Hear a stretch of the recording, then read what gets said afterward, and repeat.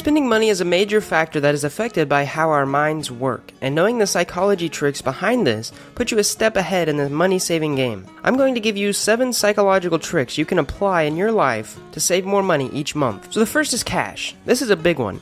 When you go out somewhere to eat, or buy groceries, or just buy things in general, try to use cold hard cash instead of a debit card or a check. When you use cash, you have an emotional attachment to the physical material paper, and it's actually more painful to hand the cashier 8 $20 bills than it is to swipe a card, simply because it feels like you're giving less whenever you swipe a card. Try to always keep cash on you and limit that swiping. Bonus points if you only carry hundreds with you. Who's gonna break a clean, crisp $100 bill for some gas station candy or a milk at the grocery store? I know I wouldn't. Alright guys, this is going to be some shameless self-promotion. If you want to, click the subscribe button down below. Right next to it, you'll see a little bell. Click on that, and then click the save button. And if you want to, click the share button, and then the Google Plus button. I'm doing a few experiments, and I want to see what this does to this video. So this would really help me out. Anyways, back to the video. So tip number 2 is automatic deductions. This is an amazing tip because you can set it up to not even know that the money is being taken out. Wherever you work, most places have the option to take a percentage or a certain amount out of your paycheck and automatically add it to a separate account. Do this and send the money straight to a savings account you can't withdraw from.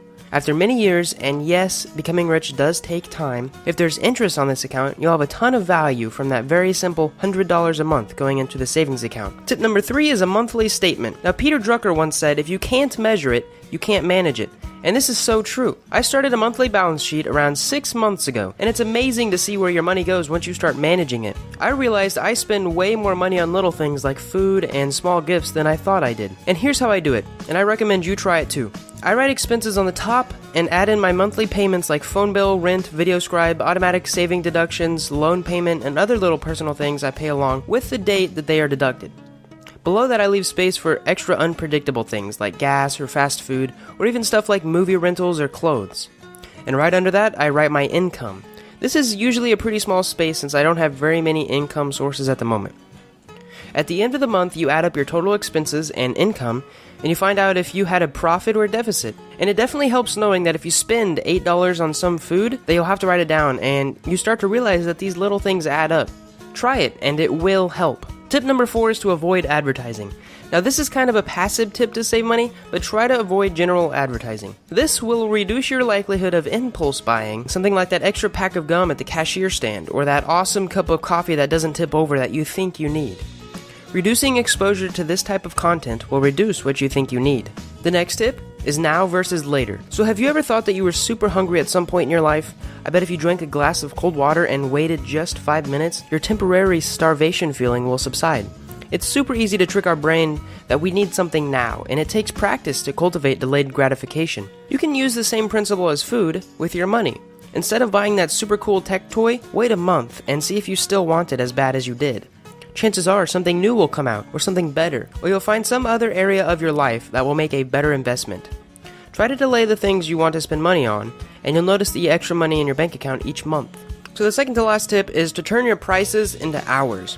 And what I mean by this is to psychologically trick yourself into converting that $50 t-shirt into how many hours you would have to work for it. Would you have to go to work for 5 hours just for that shirt, and is it worth it? Probably not. Would you work half an hour for that burger? Yeah. What about working an entire week for a new TV or a game console? This goes into value investing and will help your brain understand the value of what you're buying and the opportunity cost of what you're giving up for what you're buying better. So the last tip is something that Donald Trump would do.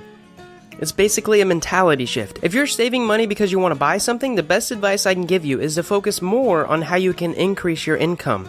Simply focusing on how you can make more money will help dramatically more than focusing on reducing your expenses. Back to that balance statement.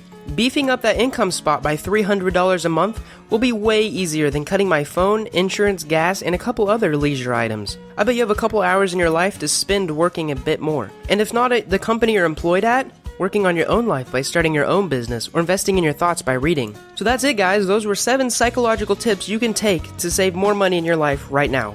I hope you guys enjoyed this video and learned something. If this video added value to your life, click the like button below to support my channel, and subscribe if you want more. Thanks for watching.